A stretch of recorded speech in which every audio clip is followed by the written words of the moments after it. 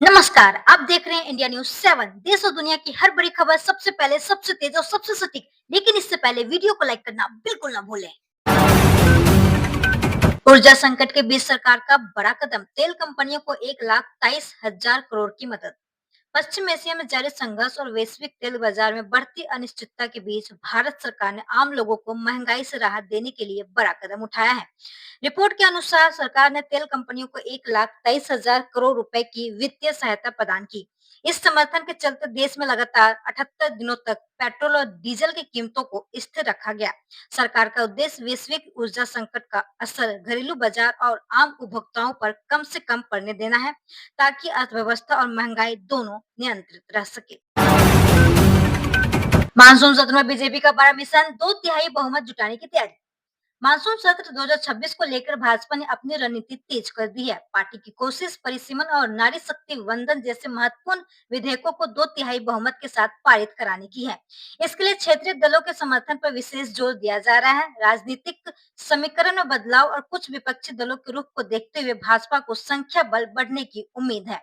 सरकार का मानना है कि संसद के आगामी सत्र में कई अहम सुधारों और संवैधानिक बदलाव से जुड़े प्रस्तावों को आगे बढ़ाने का अवसर मिल सकता है।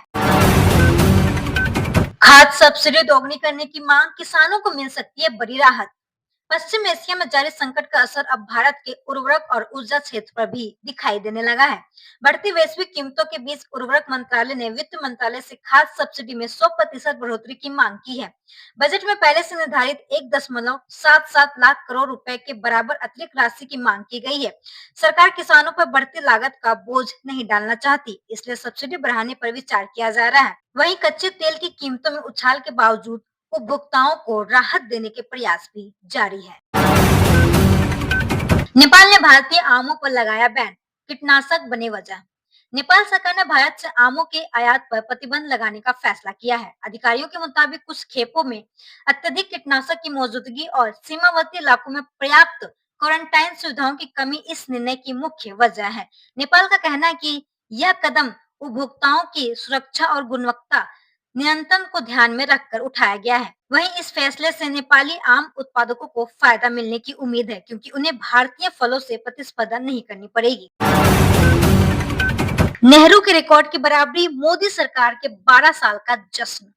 प्रधानमंत्री नरेंद्र मोदी ने भारतीय राजनीतिक में एक नया इतिहास रचते हुए देश के पहले प्रधानमंत्री जवाहरलाल नेहरू के 4,398 दिनों के कार्यकाल की बराबरी कर ली है। इसके साथ ही वह लगातार सबसे लंबे समय तक पद पर रहने वाले चुने हुए प्रधानमंत्री बनने की ओर बढ़ गए हैं। वहीं मोदी सरकार के 12 वर्ष पूरे होने पर केंद्रीय गृह मंत्री अमित शाह ने इसे विकास और गरीब कल्याण का स्वर्णिम दौर बताया। उन्होंने मुफ्त राशन, पक्के मकान, स्वास्थ्य बीमा और उज्ज्वला जैसी योजनाओं का उल्लेख किया। रक्षा मंत्री राजनाथ सिंह ने भी इसे भारत के इतिहास का महत्वपूर्ण अध्याय बताया। मानसून की रफ्तार तेज, 16 राज्यों तक पहुंचा, मुंबई में जल्द दस्तक। देश भर में मानसून तेजी से आगे बढ़ रहा और अब तक 16 राज्यों को कवर कर चुका है। पश्चिम बंगाल में एंट्री के बाद मानसून मुंबई से करीब 150 किलोमीटर दूर पहुंच गया है और अगले 48 घंटे में शहर में दस्तक दे सकता है। उधर कर्नाटक और केरल में भारी बारिश से जनजीवन प्रभावित है, जबकि उत्तर प्रदेश के उन्नाव में तेज आंधी से पेड़ उखड़ गए। मौसम विभाग ने मध्य प्रदेश, राजस्थान, दिल्ली, पंजाब और हरियाणा समेत कई राज्यों में आंधी बारिश का अलर्ट जारी किया है। वहीं कुछ इलाकों में लू का असर भी बना हुआ है। अमित शाह ने लॉन्च किया लैंड पोर्ट मैनेजमेंट सिस्टम, सीमा सुरक्षा को मिलेगी नई ताकत। केंद्रीय गृह मंत्री अमित शाह ने नई दिल्ली में लैंड पोर्ट मैनेजमेंट सिस्टम यानी एलपीएमएस लॉन्च किया है। इस नई डिजिटल व्यवस्था का उद्देश्य सीमा सुरक्षा को मजबूत करने के साथ साथ सीमा पर व्यापार को और आसान बनाना है।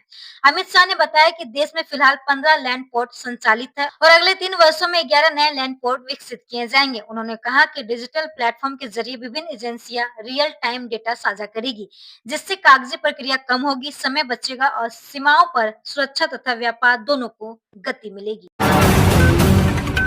मोदी सरकार के 12 साल पर कांग्रेस का हमला, कहा हर मोर्चे पर गिरा देश का ग्राफ। मोदी सरकार के 12 साल पूरे होने पे कांग्रेस ने केंद्र सरकार पर तीखा हमला बोला है। पार्टी ने प्रचार बनाम हिसाब नाम से एक बुकलेट जारी कर सरकार के विकास संबंधी दावों को चुनौती दी। कांग्रेस नेताओं ने बेरोजगारी, महंगाई, आर्थिक स्थिति और पेपर लीक जैसे मुद्दों को उठाते हुए कहा कि जमीनी हकीकत सरकारी दावों से अलग है। पार्टी का दावा है कि पिछले 10 वर्षों में कई बड़ी परीक्षा अनियमितताएं सामने आई हैं। कांग्रेस ने शिक्षा व्यवस्था पर सवाल उठाते हुए जवाबदेही तय करने और सुधारात्मक कदम उठाने की मांग की। टीएमसी में बगावत से सियासी भूचाल, कल्याण बनर्जी का बागियों पर बड़ा हमला। तृणमूल कांग्रेस में अंदरूनी कलह अब खुलकर सामने आ गई है। लोकसभा में पार्टी के 20 सांसदों के कथित बागी रूप के बाद सियासी हलचल तेज हो गई। टीएमसी सांसद कल्याण बनर्जी ने बागियों पर निशाना साधते हुए कहा कि उनके नेता प्रधानमंत्री नरेंद्र मोदी हैं और उन्हें टीएमसी सांसद कहलाने का अधिकार नहीं है। वहीं काकोली घोष रिश्तेदार ने पलटवार करते हुए कहा कि वह भ्रष्टाचार के खिलाफ अपनी लड़ाई जारी रखेंगे और किसी दबाव के आगे नहीं झुकेंगे। नीट पेपर लीक पर फिर घिरेगा एनटीए, संसदीय समिति करेगी सवाल। नीट पेपर लीक और परीक्षा में सामने आए अनियमितताओं को लेकर आज एक बार फिर राष्ट्रीय परीक्षा एजेंसी यानी एनटीए के अधिकारियों को संसदीय समिति के सामने पेश होना होगा। स्वास्थ्य से जुड़ी संसदीय समिति इस मामले में एनटीए, स्वास्थ्य मंत्रालय और शिक्षा मंत्रालय के अधिकारियों से जवाब मांगेगी। समिति का फोकस पेपर लीक, परीक्षा प्रबंधन में खामियों और भविष्य में ऐसी घटनाओं को रोकने के उपायों पर रहेगा। बैठक में परीक्षा प्रणाली की पारदर्शिता और छात्रों का भरोसा बहाल करने के लिए उठाए जा रहे कदमों की भी समीक्षा की जाएगी। परमाणु ताकत में भारत की बड़ी छलांग, हथियारों की संख्या पहुंची 190। दुनिया की परमाणु ताकतों की सूची में भारत ने एक और बड़ी छलांग लगाई है। Stockholm International Peace Research Institute यानी SIPRI की 2026 रिपोर्ट के अनुसार भारत के परमाणु हथियारों की संख्या बढ़कर 190 हो गई है। पहली बार 12 परमाणु वारहेड्स को मिसाइल पर तैनात किए जाने का आकलन भी सामने आया है। भारत अब पाकिस्तान, इजराइल और उत्तर कोरिया से आगे निकल चुका है। हालांकि परमाणु हथियारों की कुल संख्या के मामले में चाइना, रसिया और यूनाइटेड स्टेट्स अभी भी भारत से काफी आगे हैं। विजाग स्टील प्लांट हादसा, मृतक कर्मचारियों के परिवारों को 1 करोड़ 72 लाख का मुआवजा। आंध्र प्रदेश के विशाखापट्टनम स्थित विजाग स्टील प्लांट में हुए भीषण विस्फोट के बाद केंद्र और राज्य सरकार ने पीड़ित परिवारों के लिए राहत पैकेज की घोषणा की है। हादसे में जान गंवाने वाले नियमित कर्मचारियों के परिजनों को 1 करोड़ 72 लाख रुपए का मुआवजा दिया जाएगा, जबकि संविदा कर्मचारियों के परिवारों को 45 लाख 75 हजार रुपए मिलेंगे। इस दुर्घटना में 8 कर्मचारियों की मौत हुई थी। घटना के कारणों का पता लगाने और जिम्मेदारी तय करने के लिए विशेषज्ञों की एक जांच समिति भी गठित की गई है।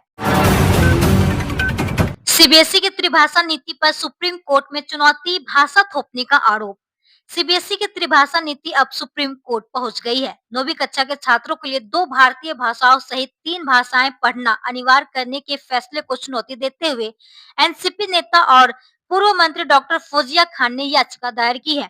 याचिका में नीति को मनमाना बताते हुए शिक्षकों की कमी और भाषा थोपने का आरोप लगाया गया है। डॉक्टर खान का दावा है कि इससे दक्षिण भारत में हिंदी और उत्तर भारत में संस्कृत को बढ़ावा देने का दबाव बनेगा। सुप्रीम कोर्ट इस मामले से जुड़ी याचिकाओं पर सुनवाई कर रहा है। पीओके में हिंसा पर बवाल, यूएन में भारत ने पाकिस्तान को घेरा। पाकिस्तान के कब्जे वाले कश्मीर यानी पीओके में हालात तनावपूर्ण बने हुए हैं। प्रदर्शनकारियों और सुरक्षा बलों के बीच हुई हिंसक झड़पों में 30 से ज्यादा लोगों की मौत और करीब 200 लोगों के घायल होने की खबर है। विवाद ज्वाइंट आगामी एक्शन कमेटी पर प्रतिबंध और चुनावी आरक्षण के मुद्दे को लेकर बढ़ा। वहीं संयुक्त राष्ट्र में भारत ने पाकिस्तान को कड़ी फटकार लगाते हुए अफगानिस्तान में नागरिकों पर हमलों को लेकर सवाल उठाए। भारत ने कहा कि नरसंहार को सैन्य कार्रवाई बताकर अपराधों को छिपाया नहीं जा सकता और पाकिस्तान को अपनी नीतियों के लिए जवाबदेह ठहराया जाना चाहिए। टीसीएस चेयरमैन का बड़ा बयान, इंसानों के बराबर होंगे AI agent. Tata consultancy services यानी टीसीएस के चेयरमैन एन चंद्रशेखर ने आर्टिफिशियल इंटेलिजेंस को लेकर बड़ा बयान दिया है। उन्होंने कहा है कि आने वाले समय में एआई एजेंट इंसानी वर्कफोर्स की बराबरी कर सकते हैं। चंद्रशेखर के मुताबिक यदि किसी कंपनी में 5 लाख कर्मचारी हैं तो भविष्य में उतने ही एआई एजेंट भी काम कर सकते हैं। उन्होंने स्पष्ट किया है कि टीसीएस कर्मचारियों की संख्या कम नहीं करेगी, लेकिन नई भर्तियों की रफ्तार धीमी हो सकती है। उनका मानना है कि कर्मचारी और एआई एजेंट मिलकर काम करेंगे और यही आईटी उद्योग का भविष्य होगा। सीतापुर में बनेगा 250 मेगावाट का सोलर पावर प्लांट, रक्षा मंत्रालय की मंजूरी। उत्तर प्रदेश के सीतापुर में 250 मेगावाट क्षमता का बड़ा सोलर पावर प्लांट स्थापित किया जाएगा। रक्षा मंत्री राजनाथ सिंह ने रक्षा मंत्रालय की करीब 850 एकड़ खाली और अनुपयोगित जमीन पर इस परियोजना को मंजूरी दी है।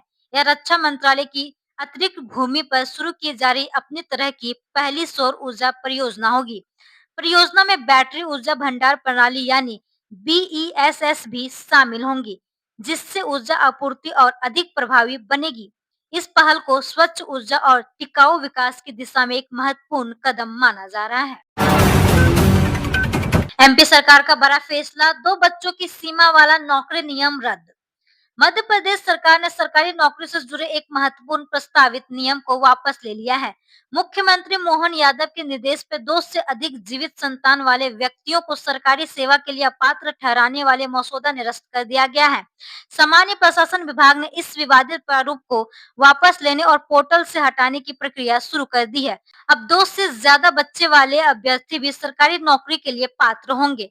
सरकार जल्द ही संशोधित नियमों का नया प्रारूप जारी करेगी। यूपी में रोजगार का बड़ा प्लान, हर साल 10 लाख युवाओं को मिलेगा अवसर। उत्तर प्रदेश सरकार युवाओं के लिए रोजगार और कौशल विकास का बड़ा अभियान शुरू करने जा रही है। सरदार वल्लभ भाई पटेल रोजगार एवं औद्योगिक क्षेत्र परियोजना के तहत प्रदेश को 9 क्षेत्रीय जोन में विकसित किया जाएगा। मुख्यमंत्री योगी आदित्यनाथ के निर्देश पर हर साल 10 लाख से अधिक युवाओं को प्रशिक्षण और प्रमाण पत्र देने का लक्ष्य रखा गया है। इसके साथ ही 10 लाख से ज्यादा जॉब मैचिंग कर रोजगार के अवसर उपलब्ध कराए जाएंगे। योजना के तहत उद्योगों की जरूरतों के अनुरूप कौशल विकास और 80% तक प्लेसमेंट सुनिश्चित करने की तैयारी है। कर्नाटक सीएम डीके शिव कुमार के जूठे सेब फेंकने पर विवाद, भाजपा ने साधा निशाना। कर्नाटक के मुख्यमंत्री डीके शिव कुमार एक बार फिर विवादों में घिर गए हैं। कनकपुरा में आयोजित एक अभिनंदन समारोह के दौरान उन्होंने सेबों की माला से एक सेब निकालकर आधा खाया और फिर उसे समर्थकों की भीड़ की ओर फेंक दिया। घटना का वीडियो सामने आने के बाद भाजपा ने तीखी प्रतिक्रिया दी है। भाजपा ने इसे कांग्रेस की मानसिकता का प्रतीक बताते हुए आम लोगों के प्रति अपमानजनक व्यवहार करार दिया। अब यह मामला राजनीतिक बहस का विषय बन गया है और विपक्ष लगातार सवाल उठा रहा है। ईरान अमेरिका तनाव फिर बढ़ा, ट्रंप ने हेलीकॉप्टर गिराने का किया दावा।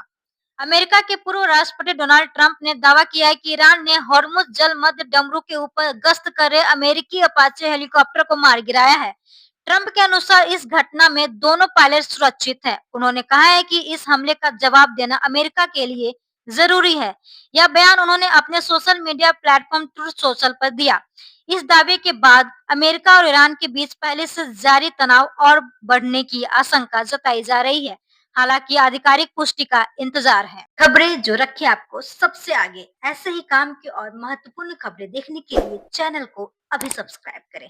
धन्यवाद।